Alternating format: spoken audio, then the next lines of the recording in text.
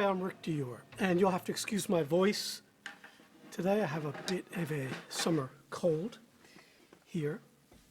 So today we're going to do part 2 of rock drumming. So this is rock drumming 102, and we're going to focus on bass drum technique, since this is the next logical progression after you do the first part of this series, which was basically just doing simple rock eighth note grooves.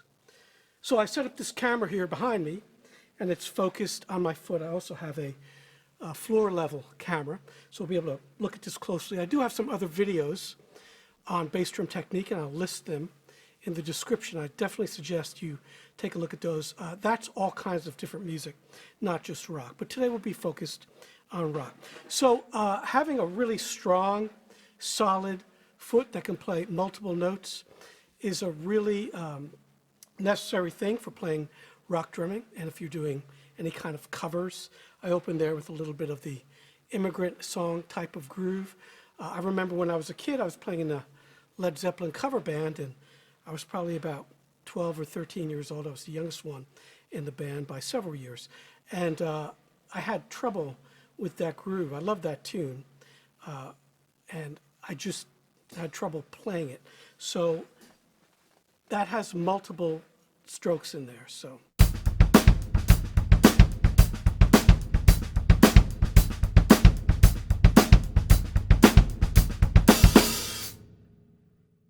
what I did when I was having trouble, and at that time I didn't really have a dedicated drum set teacher, I would experiment with different things. At first I started playing flat-footed when I first started playing the drum set, but then I started lifting up my heel a little and using this side-to-side motion.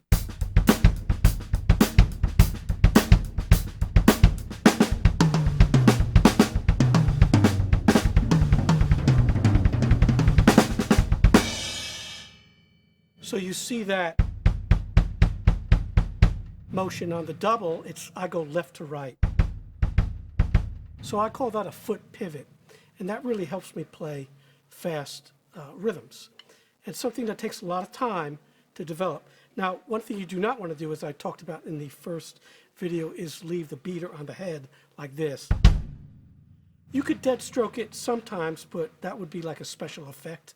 You definitely just want to play your grooves and have it bounce off, so then you're in the starting position again.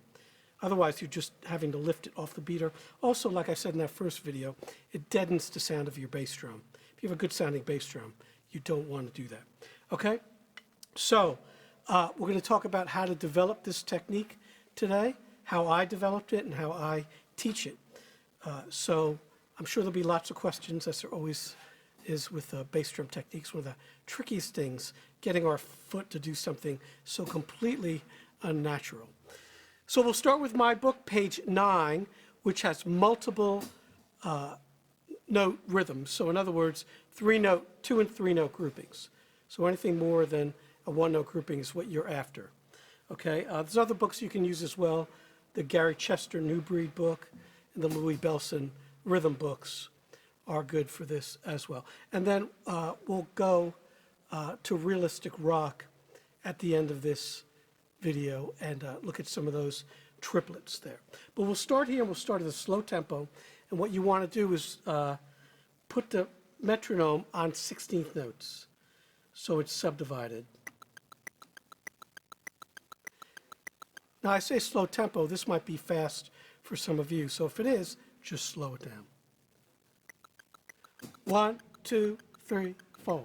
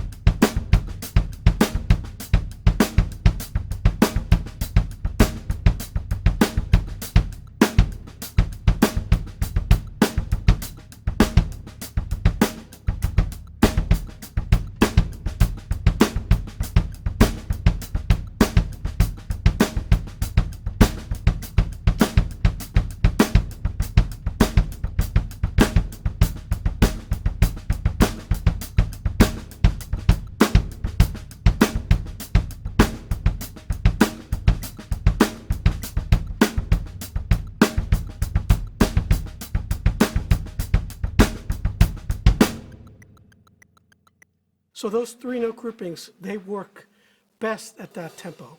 And you see how I'm rocking my foot back and forth with that pivot. Now, an easier one might be going to page 8 and looking at just the 2-note groupings. And those could be played a little faster. So we can do those at 120, since there's only 2 notes involved. 1, 2, 3.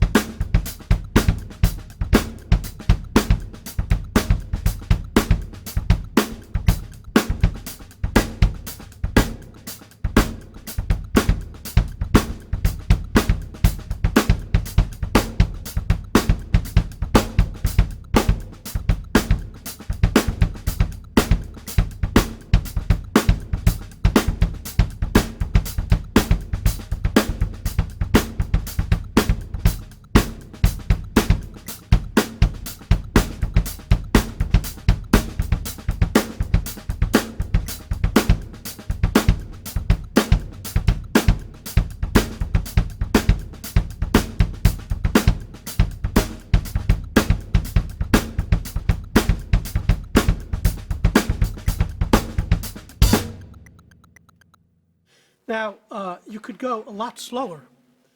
We'll do a little of that for you. Let's say we do this back at 100. 1, 2, 3.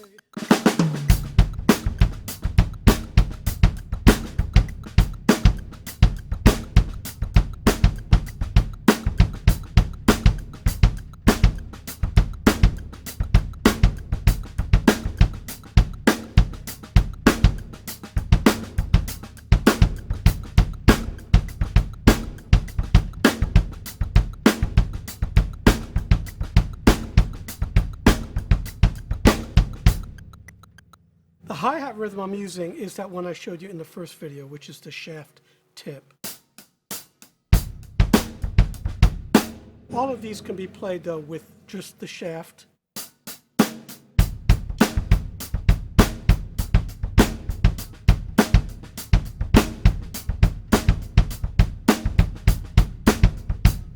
Like that. It's totally fine. And then, of course, like we talked about in the first video, you can play it with the bell on the downbeats, so the hi-hat on the upbeats, and 2 and 4 on the snare.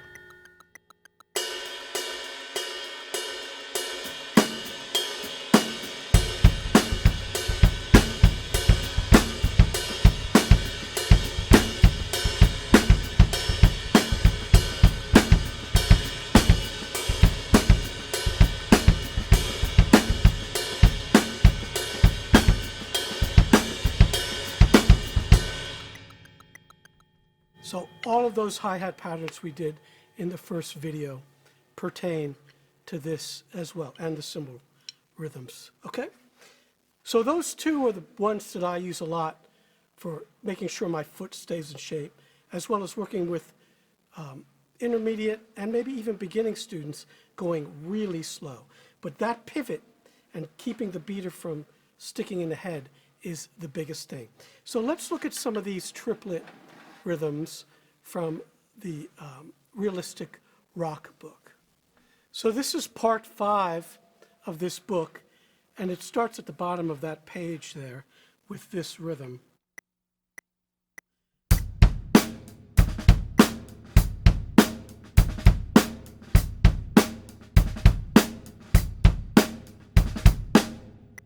Now those triplets with the snare drum should be almost ghosted.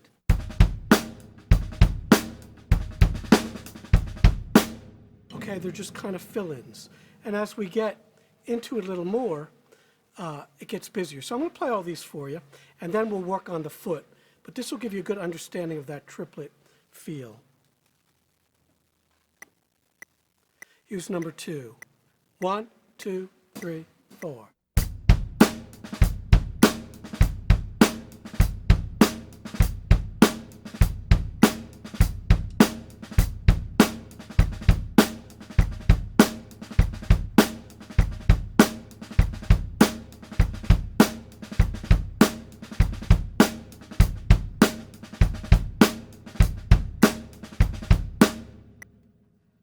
So I'll play these next 4 exercises for you, 2, 3, 4, and 5, on page 20. Ghosting the snare and those triplets. Play them 4 times each. Quarter note equals 100. 1, 2, 3, 4.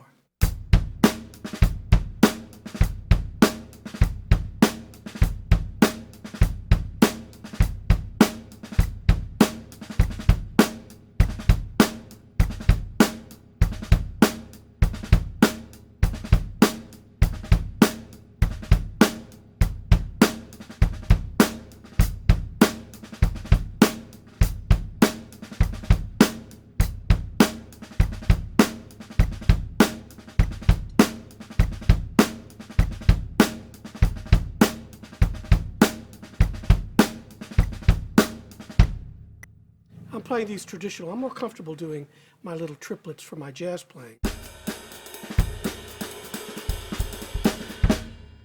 Playing those with my traditional grip. You can do it whichever way you want. Okay, so these are great fillers to learn that ghosting needs to be even. Then we get to the bass drum triplets. And these, like before, you're going to do that pivot. So the tempo of these can vary. Normally I do them at 100, the same tempo. 1, 2, 3, 4.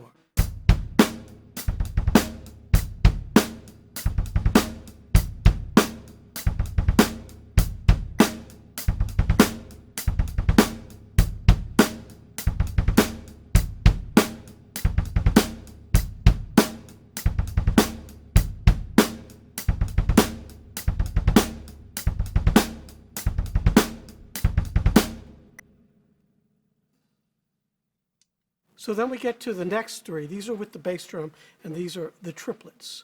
Okay, and again, use that pivot stroke. We'll do each one of these 4 times at quarter note equals 100. 1, 2, 3, 4.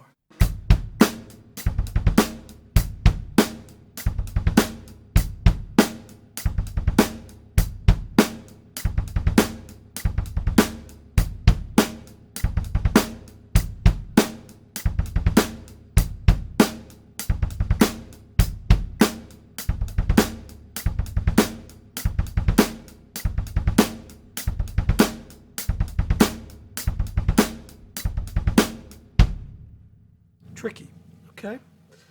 And let's play the next page for you while we're at it. I'll do it at the same tempo. Now, number 14 uses 3 strokes in a row. I always like using that famous Peter Erskine thing. I heard him say in a clinic once. Someone asked him, how do you play 4 strokes in a row on the bass drum? He said, go for 5. How do you play 3? Go for 4. I thought that was hilarious. But it's not that easy. So that one you can do a little slower. At like 90. I'll play that one for you first. 1, 2, 3, 4.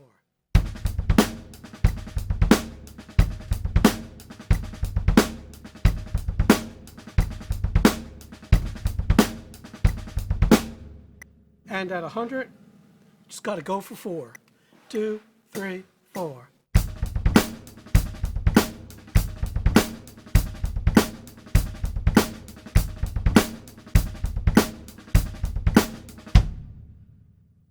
Not easy at all. Okay, and we'll try all of them on this page 4 times each.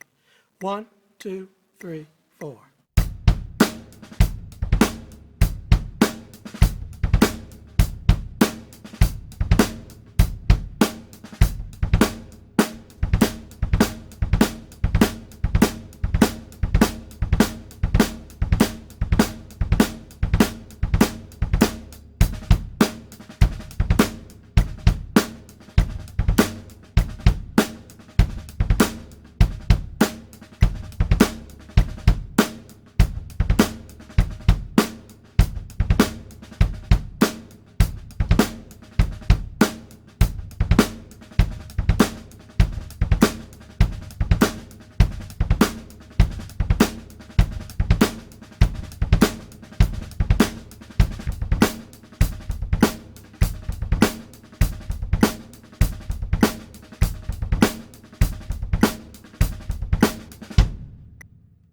So that's page 21. Number 15 is that continuous thing that Bonham does on Good Times, Bad Times. Excuse me. So here we go. 1, 2, 3, 4.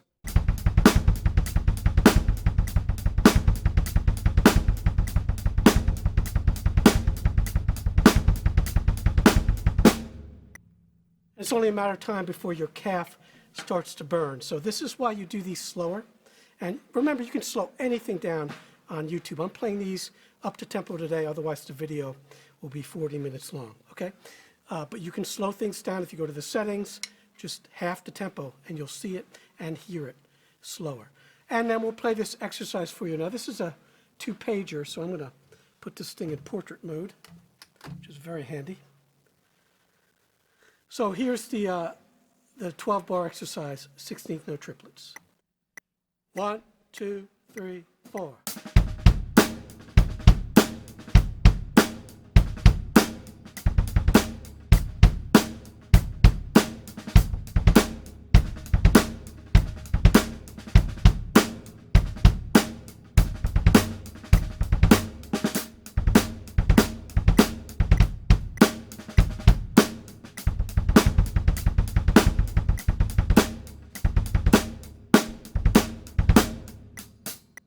You notice for these I'm using the tip of the stick on the hi-hat. And finally we have this other exercise which mixes the triplets and the 16ths. Let's do that for you. So this is page 23 to 24. 1, 2, 3, 4.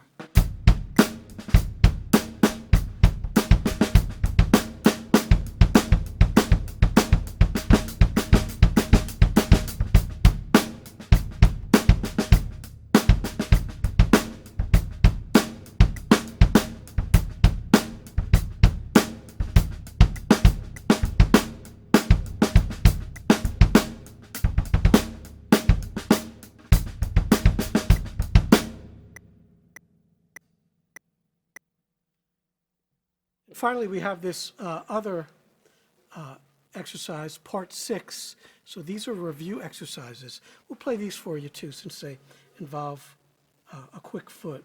And we'll do these a little faster. Quarter note equals 110. 1, 2, 3, 4.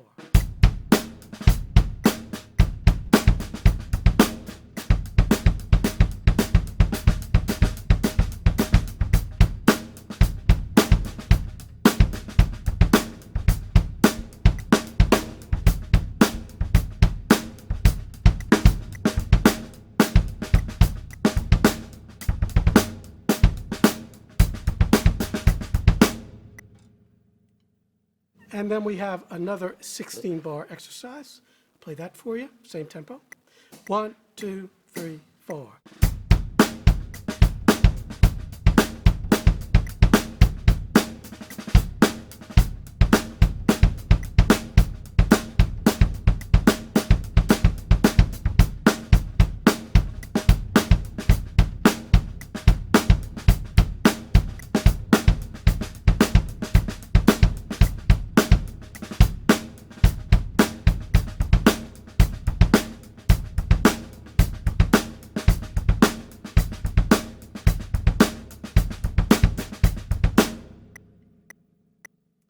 And we have one more, and I'll play that one for you on page 26. 1, 2, 3, 4.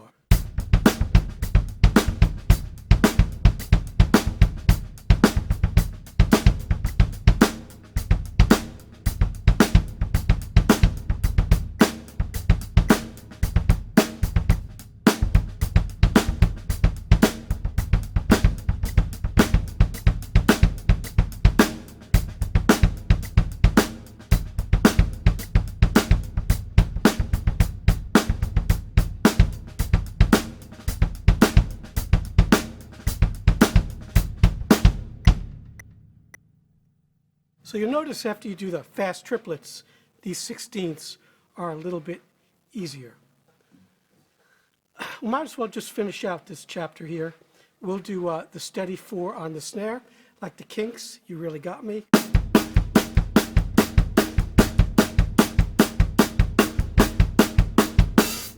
Very, very important, so we'll play this for you. And this will be a little faster here. We'll do this at, let's say, 125. 1, 2, 3.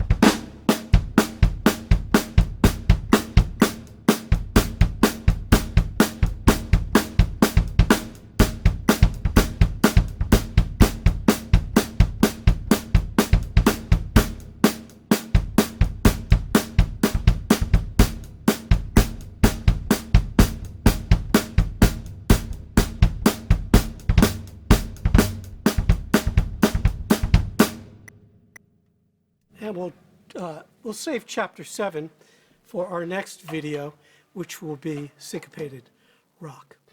So I hope you enjoyed that. I played through a lot of music for you this time. I'm going to play through most of this book from here on because I think it's really beneficial for you guys to see it and hear it, and for me to talk about it as well. So I'll play a little for you, and then we'll call it a day.